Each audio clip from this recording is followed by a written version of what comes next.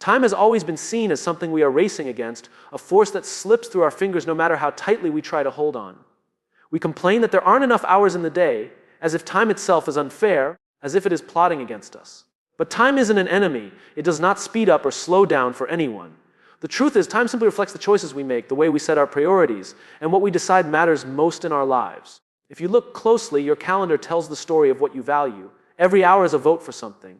When you say yes to one thing, you are saying no to something else. And the pattern of those yeses and nos becomes the shape of your life. It is not time that chooses for you. You choose, and time shows you the outcome of those choices. Think about the moments when you said, "I don't have time." That sentence is rarely about the absence of time. It's about the absence of priority. You had time, it was just allocated somewhere else. That's why two people with the same 24 hours can live completely different lives. One may create, build, and grow, while the other feels constantly stuck.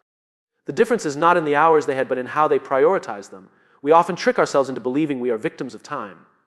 If only I had more hours, then I could. But extra hours don't solve the problem of misplaced focus. What solves it is clarity about what is worth your energy and what is not. Once that clarity is present, even limited time feels abundant because it's being directed toward what actually matters. Notice how time feels when you're deeply engaged in something meaningful. Hours pass and you don't even see them go by. That's not time being kind, that's you living in alignment with your priorities. On the other hand, notice how slow and heavy time feels when you're trapped in tasks that don't matter. That contrast is proof that time doesn't create fulfillment. Priorities do. If you want to understand someone, don't ask them what they care about. Look at how they spend their time. Time is the most honest measure of values, far more than words or intentions. We may say family matters, but if family never finds a place in our schedule, what does that reveal?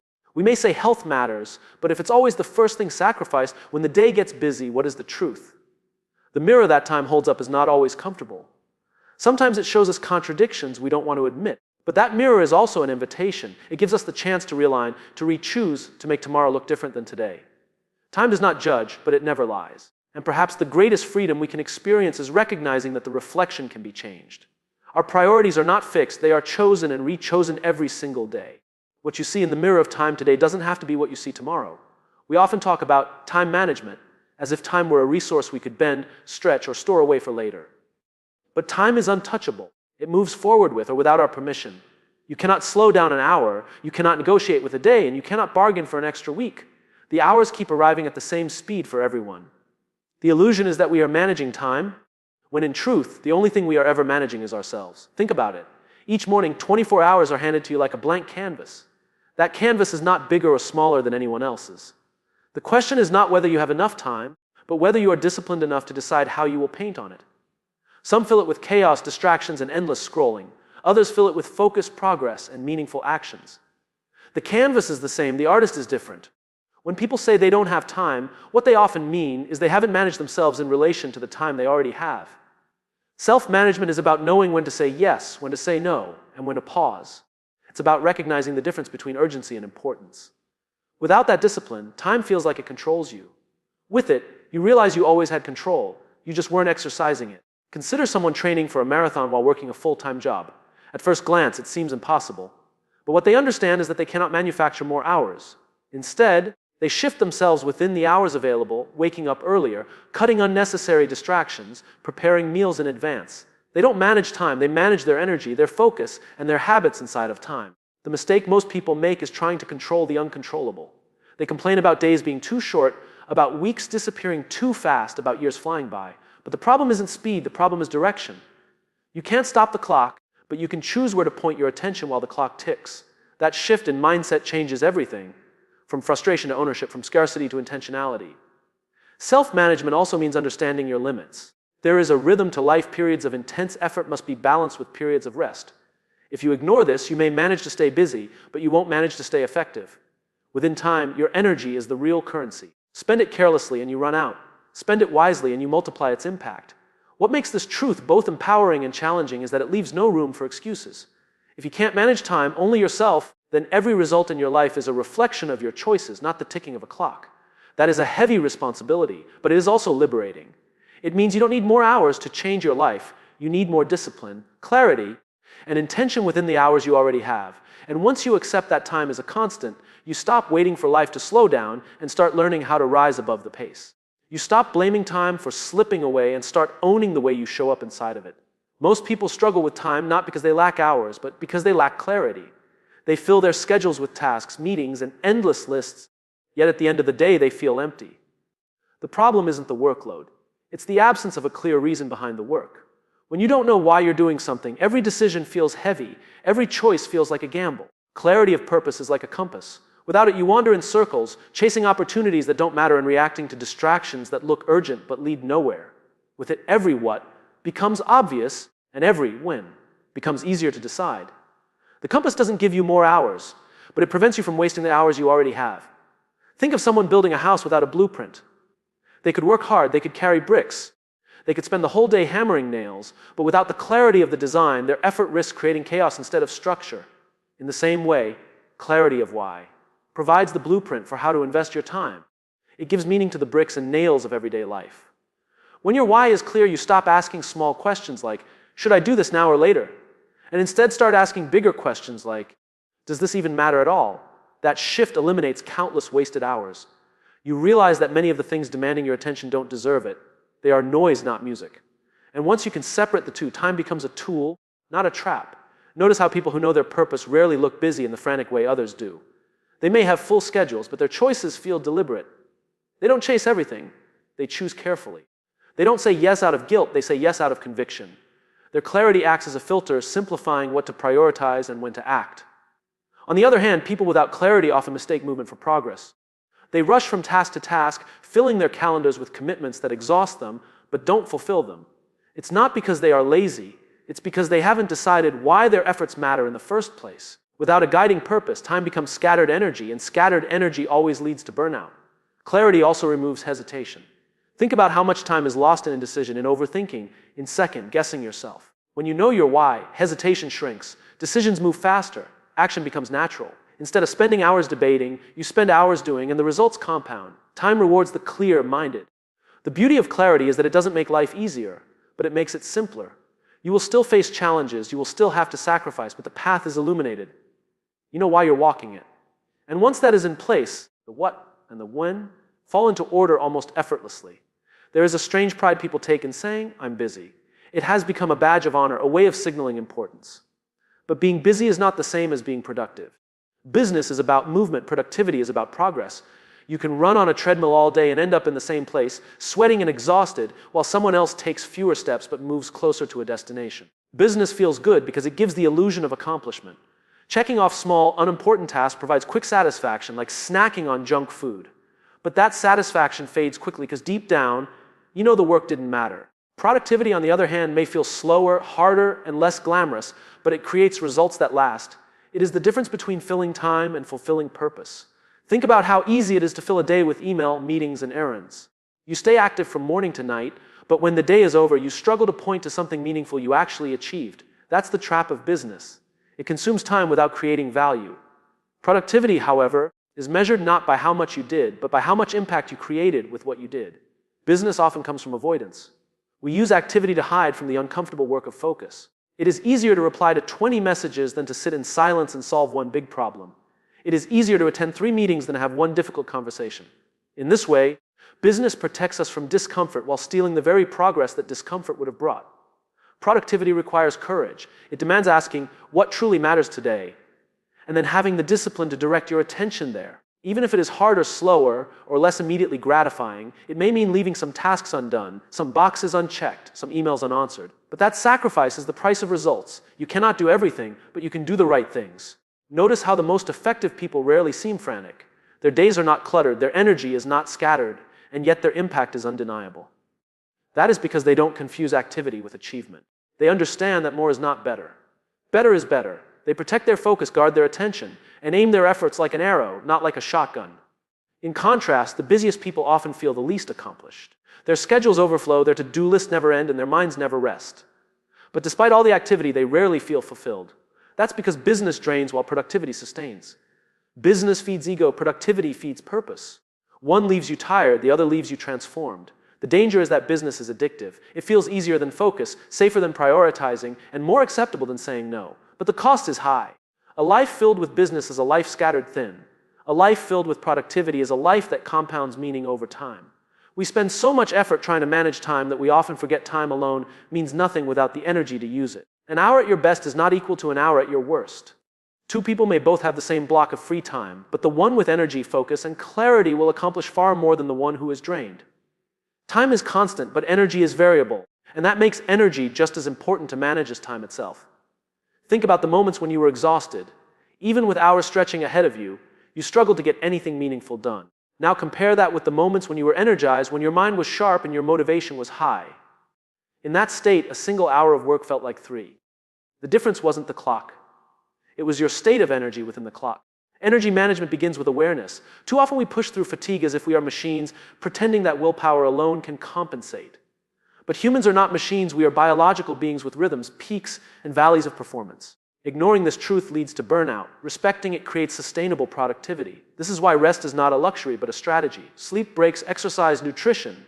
These are not indulgences that take time away from work. They are investments that give power back to your time. A well-rested hour is infinitely more valuable than a tired hour. A nourished mind produces sharper ideas than a depleted one. Energy multiplies the value of time. Managing energy also means protecting it from unnecessary drains.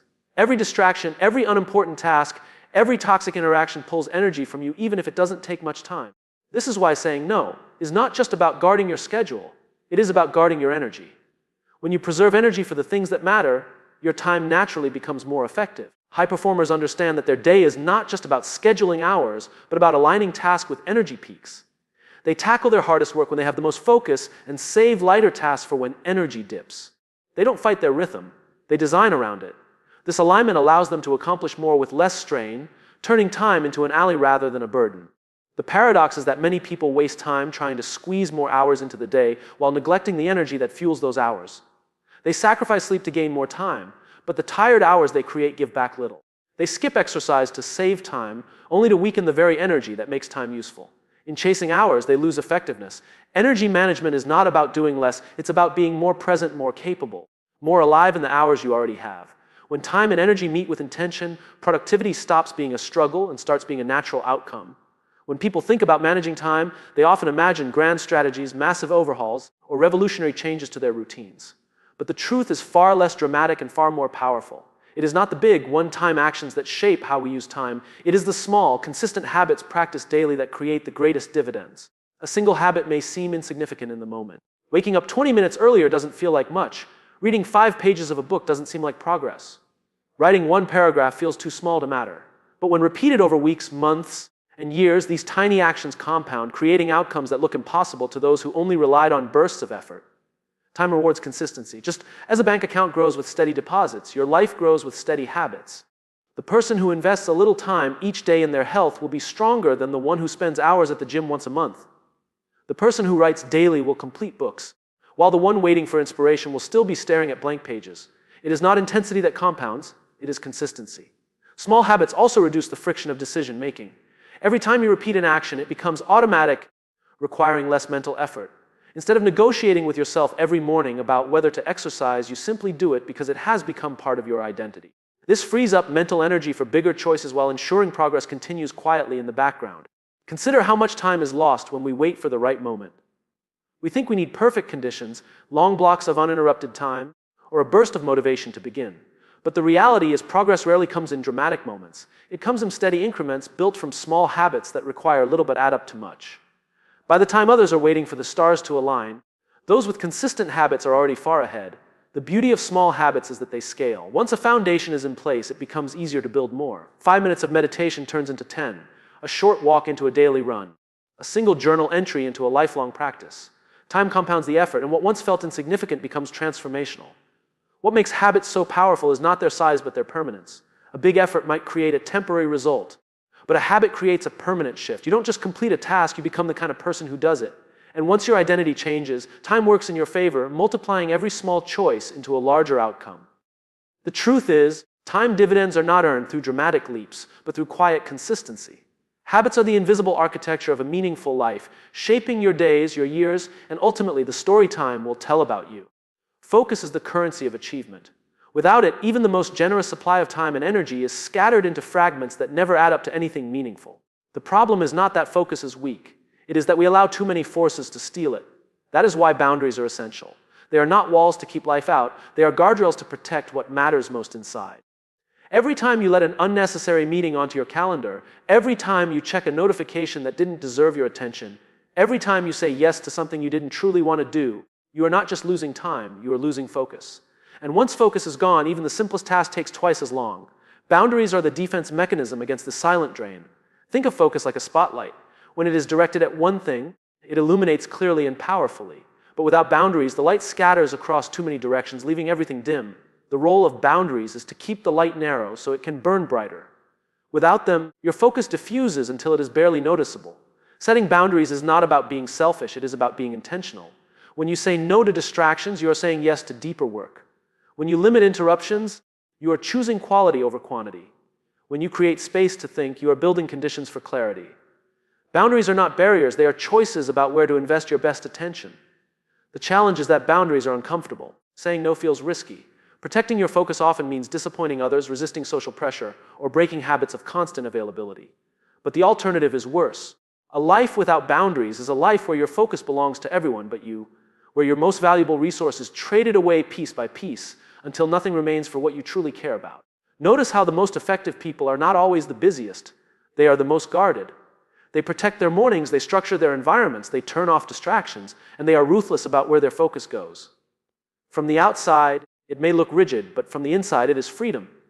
Boundaries create the space that focus requires to thrive. Boundaries also extend beyond the external world. They exist in the mind. Allowing negative thoughts, constant worry, or endless comparison to run unchecked consumes just as much focus as an external distraction.